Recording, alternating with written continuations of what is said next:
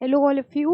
चलिए हम लोग आज setting up of business enterprises में एक नया चैप्टर स्टार्ट करने वाले हैं, लेसन नंबर 11। जरा नाम देखिए इस चैप्टर का क्या है। Setting up of businesses outside India and issues relating देयरटू।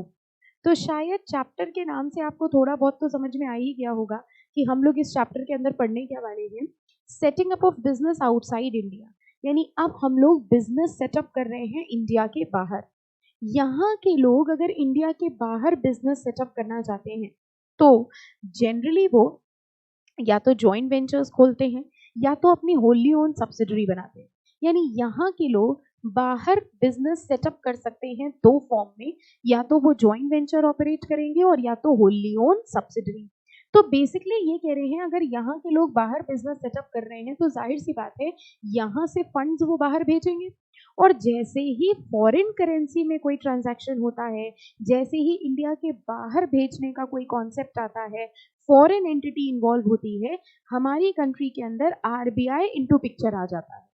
आपको पता होगा रिजर्व बैंक ऑफ इंडिया को फॉरेन एक्सचेंज का फॉरेन एक्सचेंज रिजर्व का मैनेजमेंट दिया गया है कि फॉरेन एक्सचेंज मैनेज करने का किसका काम होगा, आरबीआई का। प्लस एक और एक्ट है। जब भी हम लोग ये बात करते हैं कि बाहर वाले यहाँ इन्वेस्ट कर रहे हैं या यहाँ वाले बाहर इन्वेस्ट कर रहे हैं, तो एक एक्ट के बारे में पढ़ते हैं हम लोग जिसका नाम है FEMA, foreign exchange management act. अभी इस चैप्टर में बहुत थोड़ा सा एलिमेंट फेमा का पढ़ने वाले हैं हम लोग। उसके बाद जब मॉड्यूल 2 आप पढ़ेंगे तो मॉड्यूल 2 में ईबीसीएल के सब्जेक्ट में फेमा पूरा डिटेल्ड में कवर है। ठीक है, तो चलिए हम लोग पढ़ते हैं setting up of business outside India. अब इसमें ना इंट्रोडक्टरी मैटर बहुत है, ये सब आपको नहीं पढ़ना है। जो देखिए बता रहे हैं 1991 हमारे यहाँ का गोल्डन ईयर था जब फॉरेन इन्वेस्टमेंट स्टार्ट हुए थे, तो it is a kind of history.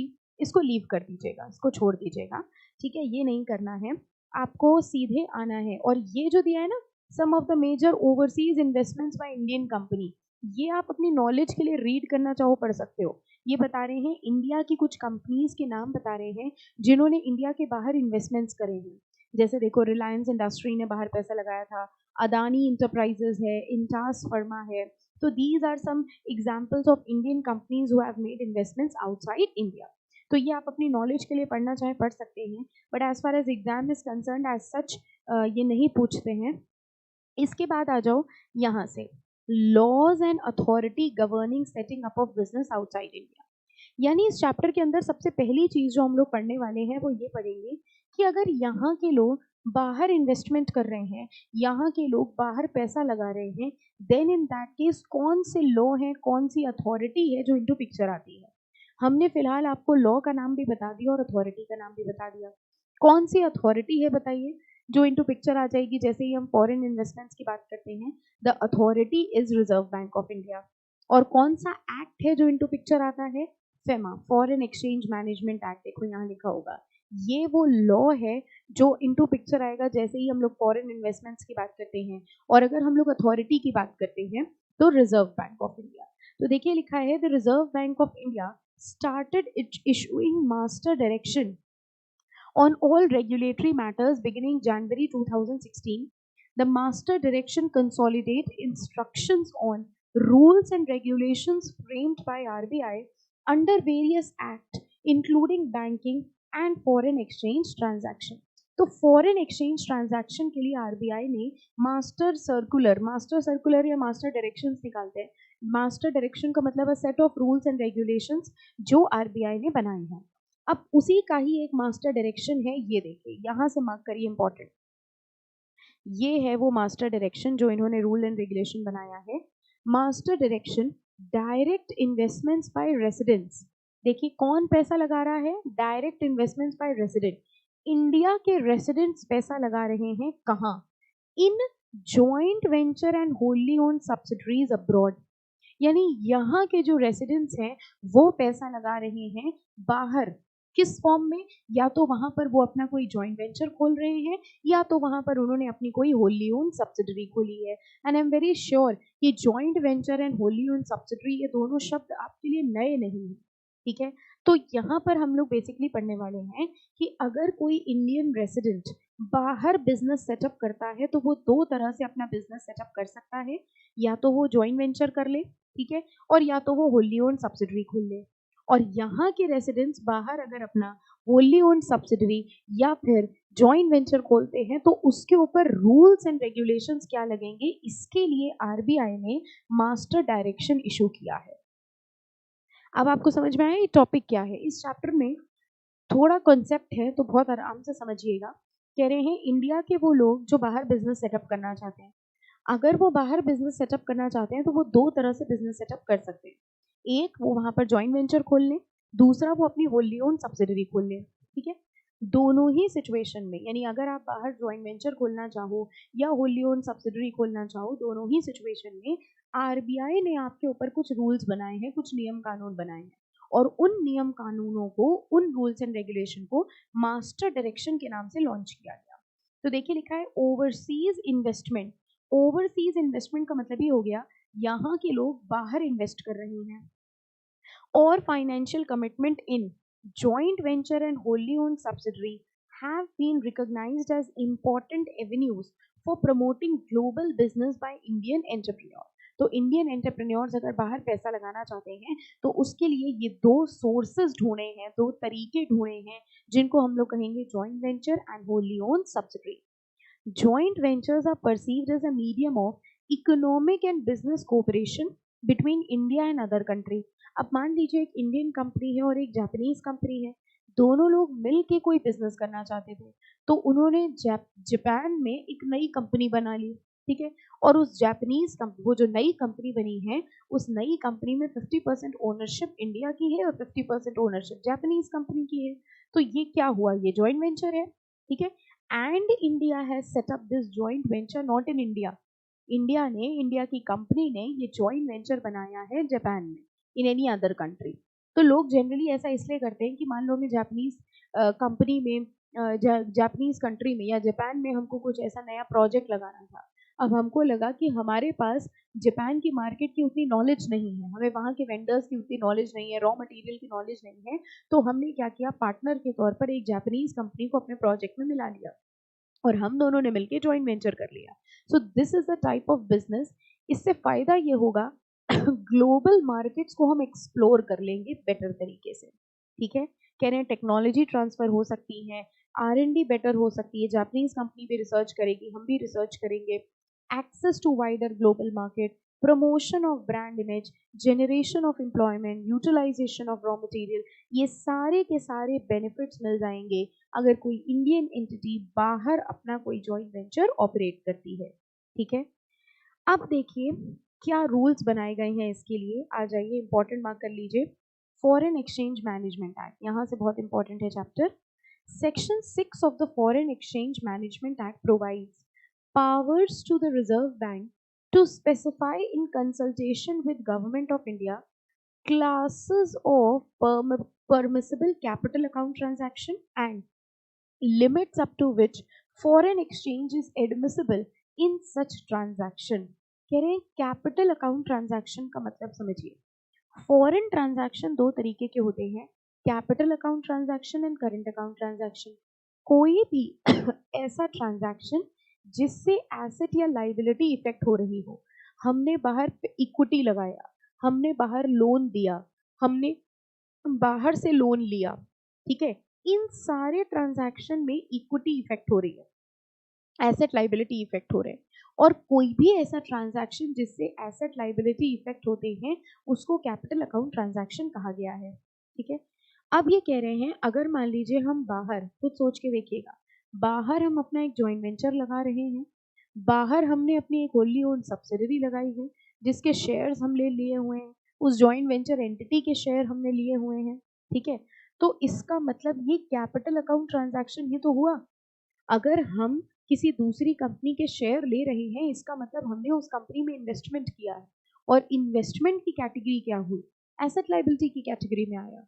Okay, तो ये कह रहे हैं अगर हमने किसी दूसरी कंपनी में जॉइंट वेंचर किया है या हमने किसी दूसरी कंट्री में होली ओन सब्सिडरी खोली है तो ये कैपिटल अकाउंट ट्रांजैक्शन है। और कैपिटल अकाउंट ट्रांजैक्शन के ऊपर क्या रिस्ट्रिक्शंस लगते हैं, किस अमाउंट तक परमिसिबल होता है, ये सब कुछ फॉरेन एक्सचेंज मैनेजमेंट एक्ट में दिया हुआ है। ठीक है, अब देखिए लिखा हुआ है इन एक्सरसाइज, नेक्स्ट पैराग्राफ में लिखा था In exercise of the above powers conferred under the Act, the Reserve Bank has, in supersession of the earlier notification uh, and subsequent amendments thereto, issued foreign exchange management, transfer of, issue of any foreign security regulation. यहाँ से mark करो, the notification seeks to regulate acquisition and transfer of foreign security by a person resident in India, that is investment by Indian entity. देखिए क्या allow किया गया है. First ये दोनों पॉइंट मार्क करने हैं. इन्वेस्टमेंट बाय इंडियन एंटिटी, कह रहे इंडियन एंटिटी पैसा लगा रही है कहाँ, ओवरसीज जॉइंट वेंचर में एंड होली ओन सब्सिडरीज में, as also investment by a person resident in India in shares and securities issued outside India. तो हमने बाहर अपना जॉइंट वेंचर खोल लिया, हमने बाहर होली ओन सब्सिडरी खोल ली, हमने उनके शेयर एक्वायर कर लिए, ये सब कैपिटल अकाउंट ट्रांजैक्शन है और ये अलाउड है. Overseas investments can be made under two routes, very important. देखो ये जो ओवरसीज इन्वेस्टमेंट्स होती है, ओवरसीज इन्वेस्टमेंट मतलब यहाँ के लोग पैसा लगा रहे हैं इंडिया के बाहर. ये ओवरसीज इन्वेस्टमेंट्स दो रूट्स के अंडर होती है, automatic route and approval route. नाम से समझ में आ रहा है, बताइए ऑटोमेटिक रूट के अंडर क्या हमको कोई अप्रूवल लेने की रिक्वायरमेंट है? नो, ऑटोमेटिक रूट है. अब उन्होंने कुछ लिमिट्स, कुछ ट्रांजैक्शन बता दिए कि अगर आप इस अमाउंट तक का इन्वेस्टमेंट कर रहे हो तो आपको किसी से अप्रूवल लेने की जरूरत नहीं है, आप ऑटोमेटिक रूट में आ गए. लेकिन अगर आप इस लिमिट के बियॉन्ड जाकर के इन्वेस्टमेंट करना चाहते हो तो आपको गवर्नमेंट ऑफ इंडिया की अप्रूवल लेनी पड़ेगी, और उसको हम लोग कौन से रूट में मानेंगे? Approval root.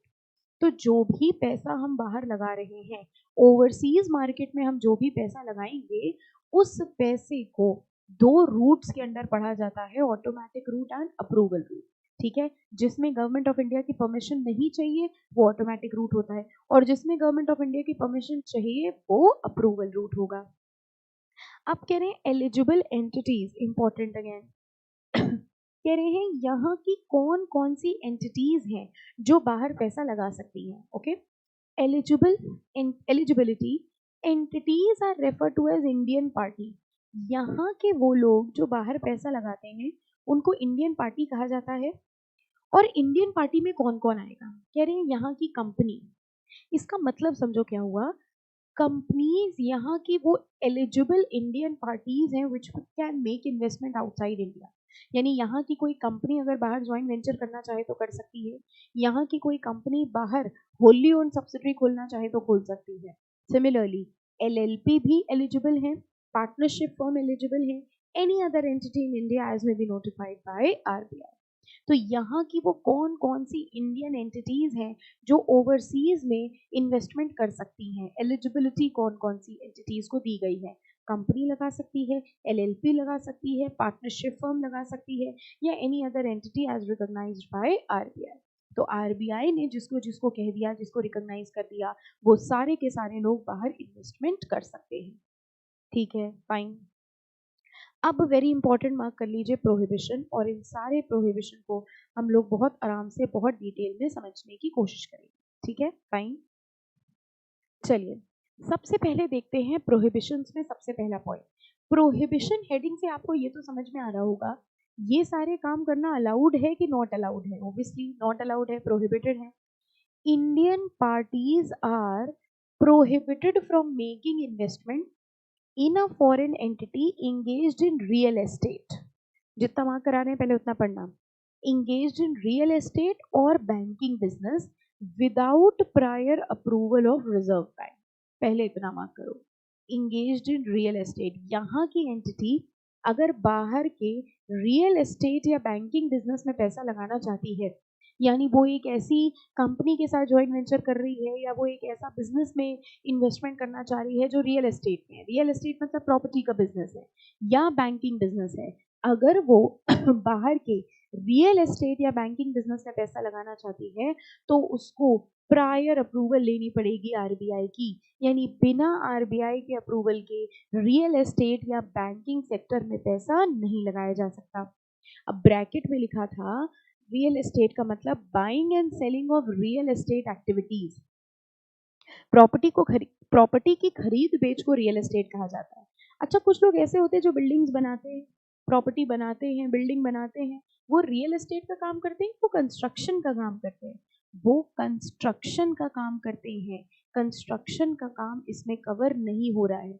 इसका मतलब अगर हम इजीली आपसे पूछे यहाँ की कोई कंपनी बाहर की कंस्ट्रक्शन सेक्टर में पैसा लगाना चाहती है, तो बताइए उसको आरबीआई की प्रायर अप्रूवल इस क्लॉज के हिसाब से चाहिए कि नहीं चाहिए? नहीं मैम, उसको आरबीआई की अप्रूवल नहीं चाहिए, क्योंकि दो सेक्टर्स प्रोहिबिटेड होते हैं, real estate and banking business, and construction is not covered under real estate. Real estate का मतलब होता है प्रॉपर्टी की खरीद बेच करना, दैट्स इट। तो अगर कोई कंपनी टाउनशिप बना रही है, कंस्ट्रक्शन कर रही है प्रोजेक्ट्स का, that will not be covered under real estate. Okay, पहला पॉइंट आई होप सबको क्लियर होगा। चलिए आगे, सेकंड समझिए जरा। N overseas entity having direct or indirect equity participation by an Indian party shall not offer financial products linked to Indian rupee without specific approval of RBI। कितना mark करना है ma'am?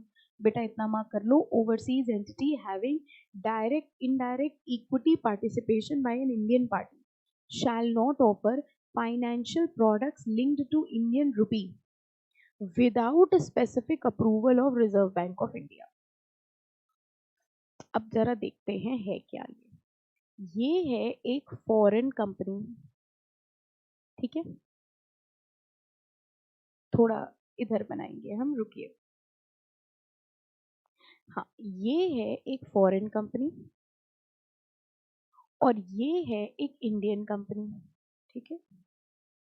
इस Indian company ने इस foreign company में equity लिया हुआ है, पैसा लगाया हुआ है, ठीक है, फाइन, इन्वेस्टमेंट किया हुआ है। ये फॉरेन कंपनी शेयर्स या बॉन्ड्स निकाल रही है, ऐसे समझ लो बॉन्ड्स निकाल रही है, ठीक है, which are denominated in rupee, rupee denominated है। रुपी डिनोमिनेटेड मतलब करेंसी क्या है इन बॉन्ड्स की? रुपीज। या फिर ये फॉरेन कंपनी बॉन्ड्स निकाल रही है जो कन्वर्टेबल हैं, मान लो शेयर्स में, इंडियन कंपनी के, ठीक है, इन इंडियन कंपनी, ठीक है। ऐसा हो सकता है कि नहीं हो सकता है, पहले तो आप समझिए हो क्या रहा है। अब जरा ध्यान से पढ़िएगा।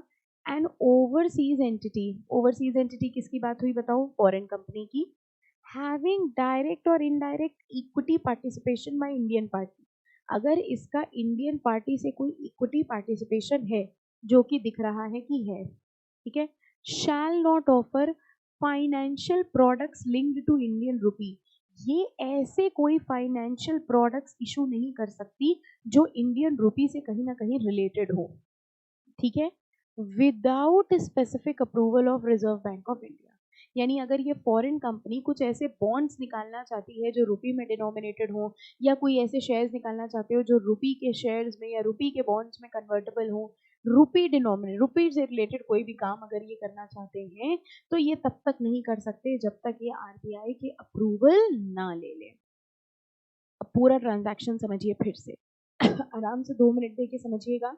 कोई ओवरसीज एंटिटी जिसमें, ठीक है, फिर से देखेंगे इसको, कोई ओवरसीज एंटिटी ये, ठीक है, जिसमें किसी इंडियन कंपनी का पार्टिसिपेशन हो, इक्विटी पार्टिसिपेशन, वो कोई ऐसे इंस्ट्रूमेंट इशू नहीं कर सकती जो रुपी डिनोमिनेटेड हो, बॉन्ड, शेयर्स, डिबेंचर्स, कुछ भी रुपी से रिलेटेड कुछ भी इशू नहीं कर सकती। कब तक नहीं कर सकती? जब तक उसको यहाँ पर आरबीआई की अप्रूवल ना मिल जाए। अब क्लियर है? ठीक है, यानी देखा जाए तो 2 रिस्ट्रिक्शंस हो गए। पहला रिस्ट्रिक्शन ये था कि यहाँ की एंटिटीज बाहर पैसा नहीं लगा सकते रियल एस्टेट के सेक्टर में, बैंकिंग बिजनेस के सेक्टर में। और सेकेंड, अगर कोई ओवरसीज एंटिटी है, फॉरेन कंपनी है, जिसमें इंडियन कंपनी का इक्विटी पार्टिसिपेशन है, वो रुपी लिंक्ड फाइनेंशियल इंस्ट्रूमेंट्स इशू नहीं कर सकती, और अगर वो करना चाहती है तो उसको अप्रूवल लेनी पड़ेगी किसकी? आरबीआई की। ये 2 प्रोहिबिशंस दिए गए थे इंडियन एंटिटीज के ऊपर, फाइन, ठीक है। अब देखिए लिखा है in terms of automatic route, important mark कर लीजिए, यानी अब हम लोग पढ़ने वाले हैं वो ट्रांजैक्शंस जिनको करने के लिए गवर्नमेंट ऑफ इंडिया की अप्रूवल की रिक्वायरमेंट नहीं होगी। हमने आपको बताया था 2 रूट होते हैं, कौन कौन से 2 रूट होते हैं?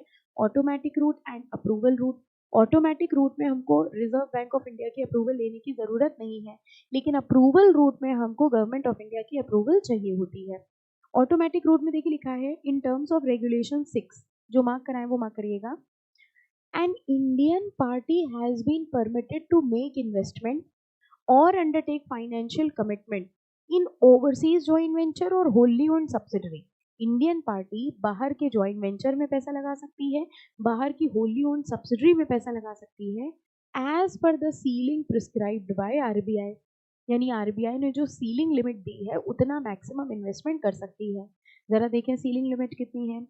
एनी फाइनेंशियल कमिटमेंट मतलब वही जिस फॉर्म में पैसा लगा रही है, लोन है या जो भी है, फाइनेंशियल कैश लगा रही, पैसा लगा रही है, ठीक है।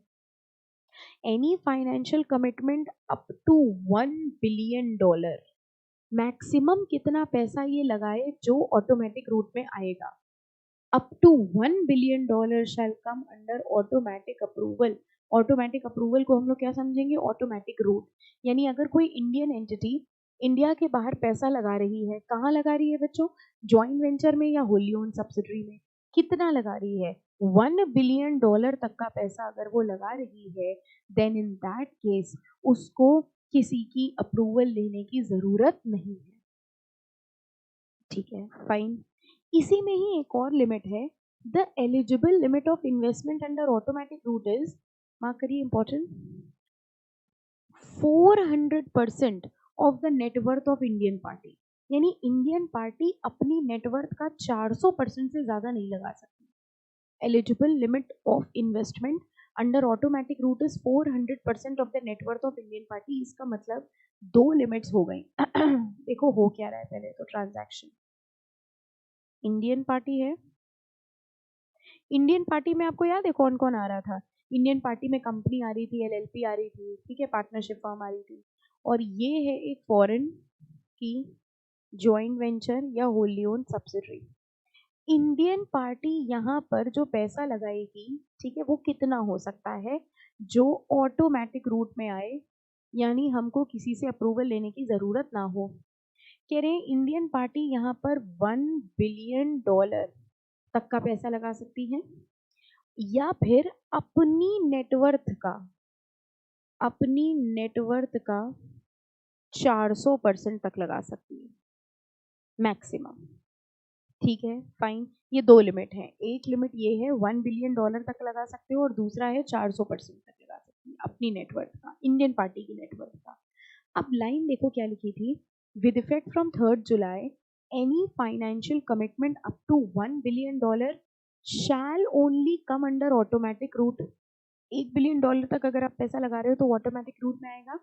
Eligible limit of investment under automatic route is 400% of the net worth of Indian party as per last audited balance sheet। दो लिमिट्स हो गई। अब जरा ये पैराग्राफ अपने आप पढ़िए और हमको बताइए कि समझ में आया कि नहीं आया। आप कह रहे हैं मैम पढ़ तो हम लेंगे, लेकिन हम बताएंगे कैसे, कुछ नहीं, पढ़ के देखिए एंड आई विल अंडरस्टैंड कि आपको समझ में आया कि नहीं आया। पढ़िए फटाफट।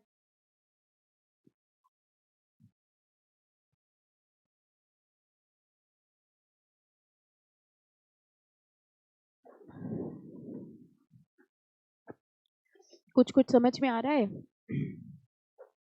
कह रहे हैं it has been decided that financial commitment exceeding 1 billion, ठीक है, in a financial year would require prior approval of Reserve Bank even when total financial commitment of Indian party is within the eligible limit under automatic route।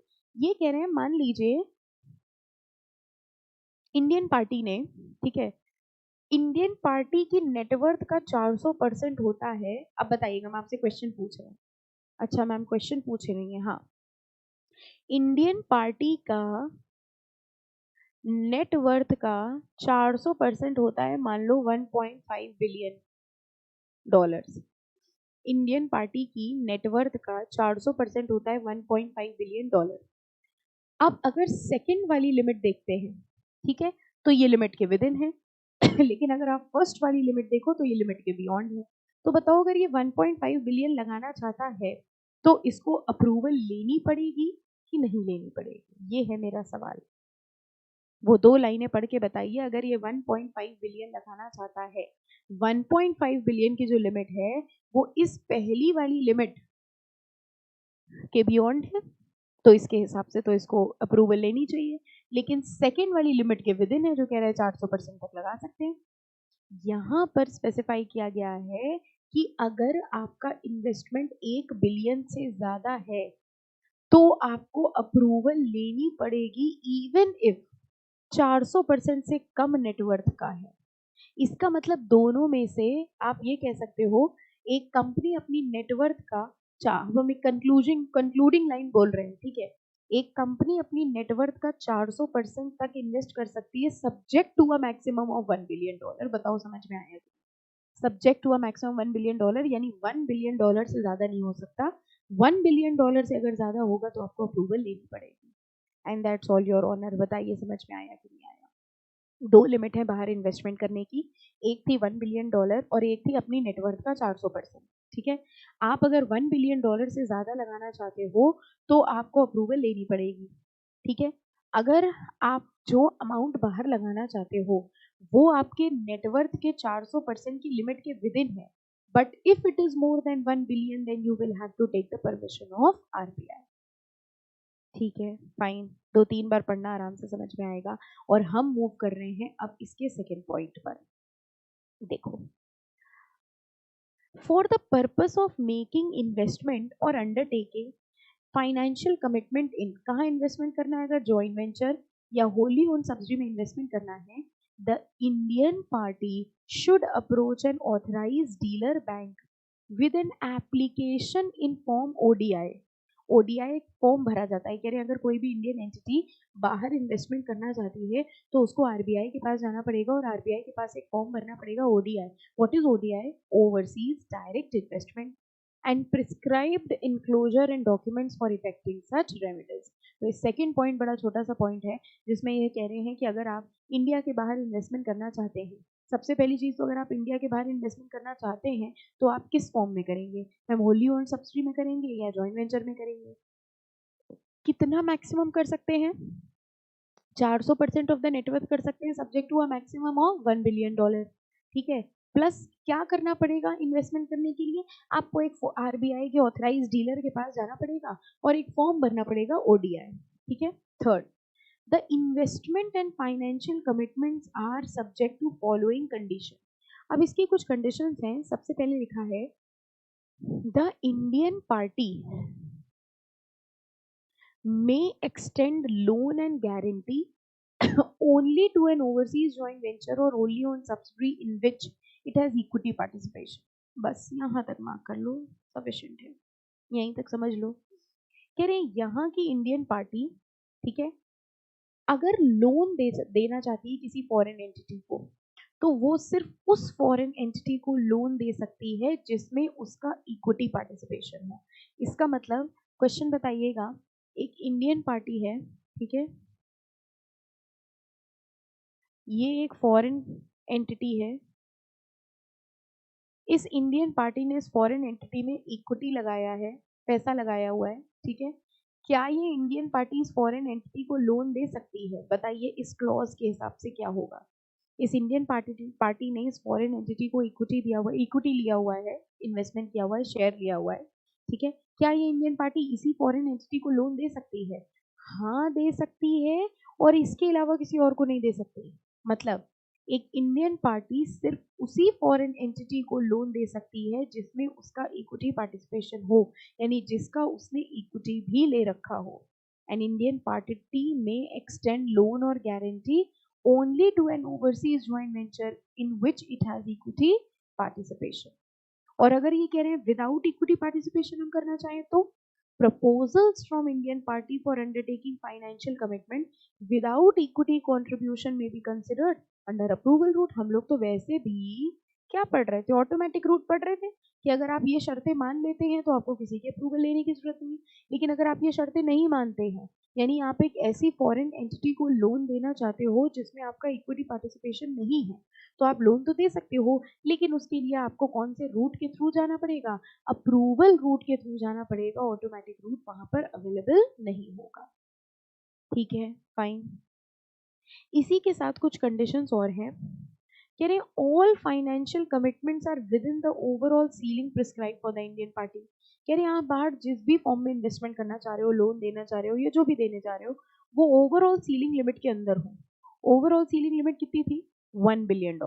यानी आप जो भी financial commitment करना चाहते हैं वो कर सकते हैं, but that should have been within the limit of 1 billion. ठीक है। सेकेंड पॉइंट मार्क करेंगे, no guarantee should be open ended. लिखिए जरा इसको, no guarantee should be open ended. Open ended का मतलब विदाउट एनी फिक्स्ड ड्यूरेशन। देखो पहली चीज तो इंडियन एंटिटी फॉरेन एंटिटी को लोन भी दे सकती है, गारंटी भी दे सकती है, और कहीं ना कहीं देखा जाए तो लोन देना गारंटी देना एक ही बात हो गई। ठीक है।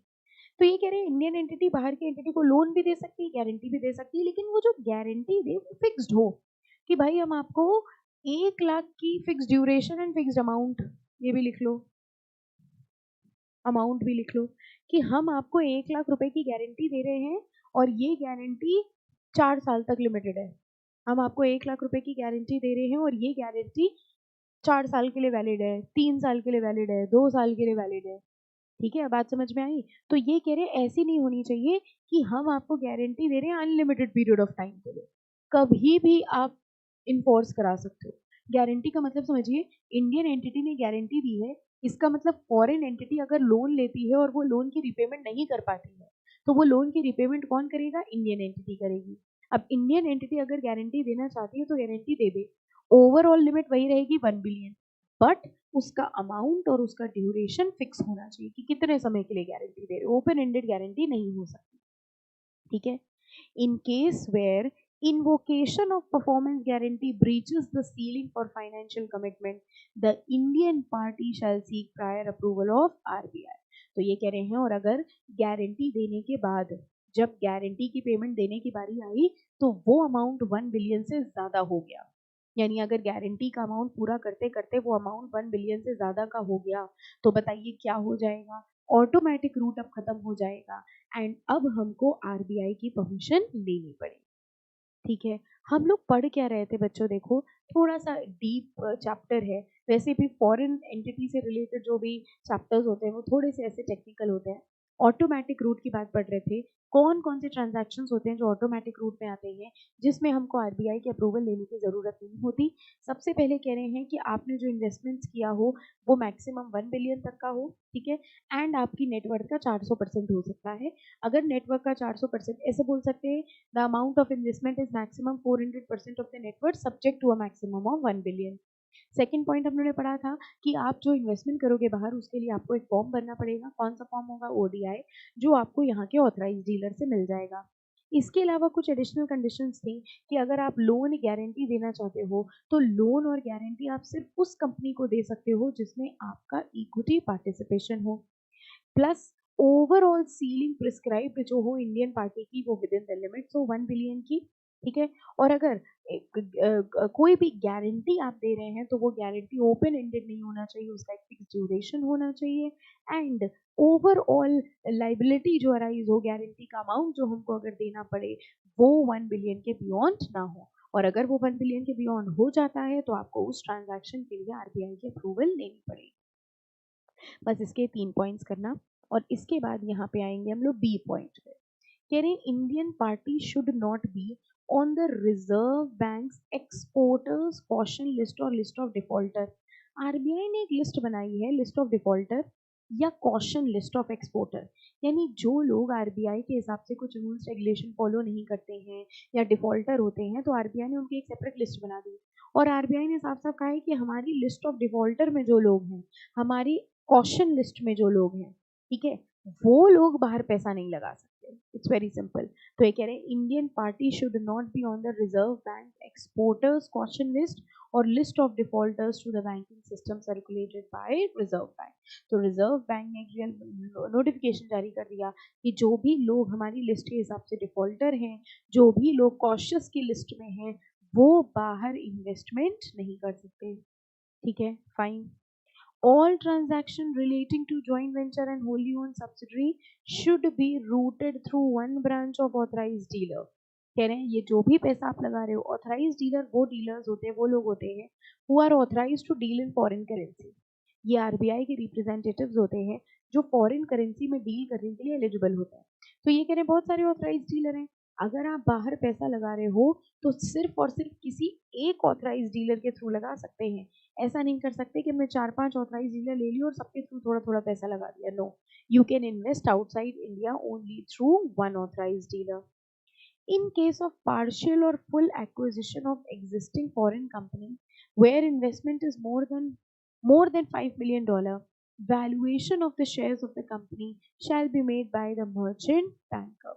ठीक है, कह रहे हैं in case partial or full acquisition of an existing foreign company where investment is more than $5 million, हम किसी कंपनी का पूरा पार्ट एक्वायर कर रहे हैं या $5 मिलियन से ज्यादा की डील है, देन इन दैट केस ये कह रहे हैं वो हमको किससे अप्रूवल लेनी पड़ेगी? मर्चेंट बैंकर से. ठीक है, फाइन. ठीक है. ई पॉइंट है in case of investment by way of swap of share, valuation of shares will have to be made by merchant banker. What is this swap of share? Share के बदले share. देखिए हम उनका share ले रहे हैं, बदले में हम उनको क्या दे रहे हैं बताओ?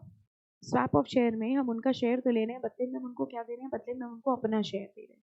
तो ये कह रहे हैं अगर हम उनका शेयर ले रहे हैं और बदले में अपना शेयर दे रहे हैं, उनके कितने शेयर के बदले में हमारे कितने शेयर जाएंगे? ये किस बात पे डिपेंड करेगा? ये डिपेंड करेगा शेयर की वैल्यू पर, और ये शेयर की वैल्यू का वैल्यूएशन करेगा मर्चेंट बैंकर. तो मर्चेंट बैंकर करेगा क्या? दोनों कंपनी की शेयर की वैल्यू निकाल लेगा और फिर ये डिसाइड करेगा कि आपके कितने शेयर के बदले में हमारे कितने शेयर इशू होंगे. ठीक है, फाइन.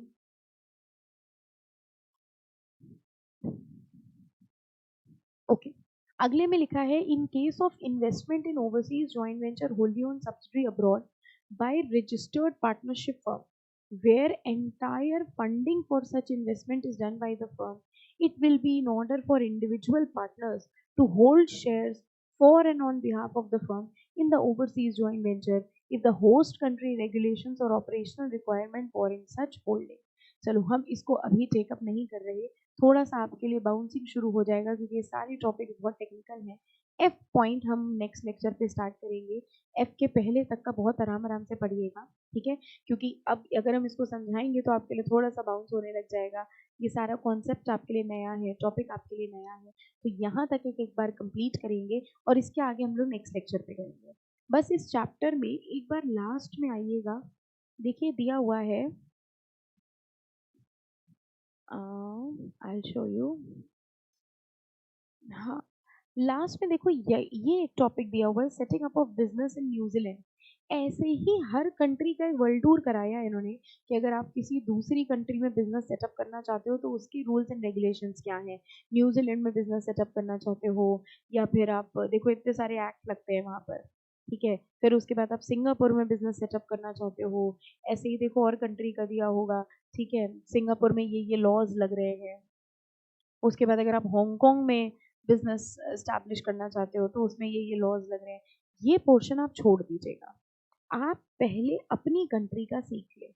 अपनी कंट्री का आपसे हो नहीं पा रहा, दूसरी कंट्री में पहली चीज तो अगर कोई एक कंट्री होती तो चलो हम लोग दिल बड़ा करके पढ़ भी लेते, लेकिन इतनी सारी कंट्री और हर कंट्री का सेपरेट एक्ट, ये भी हो सकता है क्वेश्चन आ जाए इसका. लेकिन ऐसे क्वेश्चंस को आप बिल्कुल आराम से बिल्कुल प्यार से छोड़ दीजिएगा. ठीक है, अब छोड़ने का मतलब भी क्या? अगर ये क्वेश्चन ऑप्शन में हो तो आपको पता है आपको अटेम्प्ट नहीं करना है, लेकिन अगर ये क्वेश्चन कंपलसरी में आ गया मैम तब क्या करें? इंडिया के जो प्रोसीजर है वो लिखाना विदाउट मेंशनिंग कि आप इंडिया के लिख रहे हो. ठीक है, जनरल पॉइंट्स कि हम देखेंगे सिंगापुर में बिजनेस स्टैब्लिश करना है, what are the rules and regulations to be seen. हम अप्लाई करेंगे कौन कौन से लॉज एप्लीकेबल हैं, उन लॉज के लिए लाइसेंस अप्लाई कर देंगे. General points you are going to write. ठीक है, फाइन. तो इसलिए ये पूरा पोर्शन आपको छोड़ना है.